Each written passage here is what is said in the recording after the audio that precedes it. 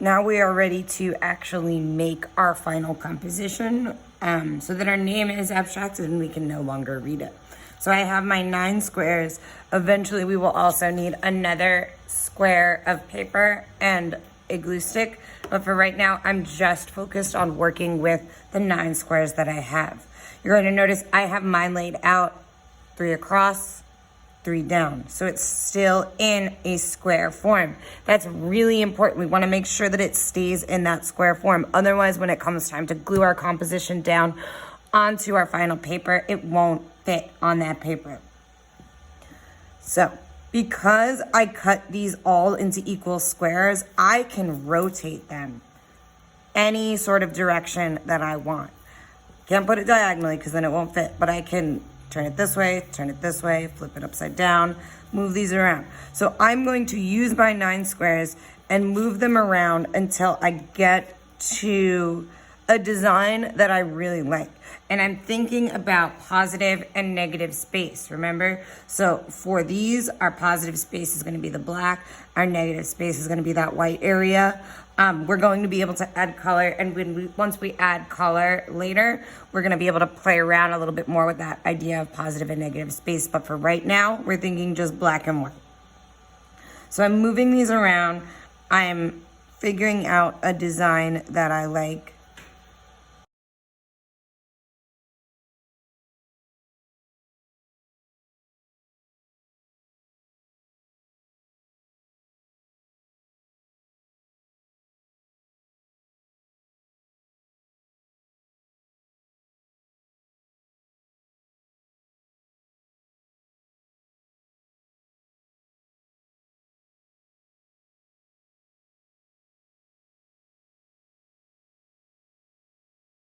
Okay, so I have settled on my final composition now.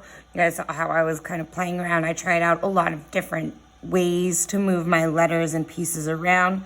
As you can see, it's not arranged so that you can read my name anymore. My name got really like lost while I was moving those pieces around, and that is the point of it. So we're using those lines and those curves in our names to create a completely new kind of picture. I feel good about this final design. So this is the final composition that I want to pick. What I'm going to do now is I'm gonna move this a little bit to the side. Okay. And I'm gonna put my blank 1 solid square next to it. I think it's easiest if I take my glue stick, twist it up just a little bit. Remember, you don't need to use that much. And so I'm gonna just flip this over, outline just the edges of that square, and then I think it's easiest to move in rows down the thing. So I'm gonna line it up with the edges of this square and just kind of press down so that it stays. And then my next square, I'm gonna do that. So I'll flip it over, just outline the edges. So we're just doing a little bit of glue. You don't need a lot of glue. Oops. Flip it back over.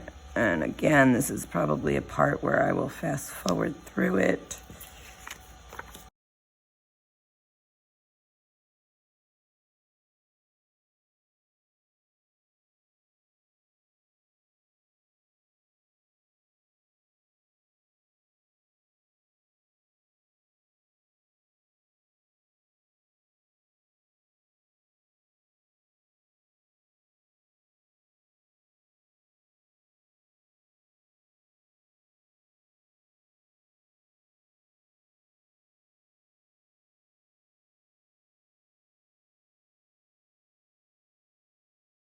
I'm done gluing it down. I'm pretty much ready to color this in now. I can add different patterns and designs into all of those white spaces.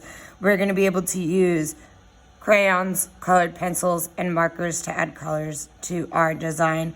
One thing that I wanted to point out before I finish this video is if you look closely, this piece kind of comes off of the edge of my paper, and that is okay. I didn't cut exactly perfect squares, and that's okay. So one thing that I can do is before I start coloring it, I can take my scissors, and I think it's actually even easier if I flip it over and just cut along that edge. And if I look at the back, it's all the other edges are looking pretty good. So that was really the only part that I messed up. So if your papers hang over a little bit, don't freak out. That is okay. So here is my final design. I'm ready to start coloring. I'm ready to finish up my project.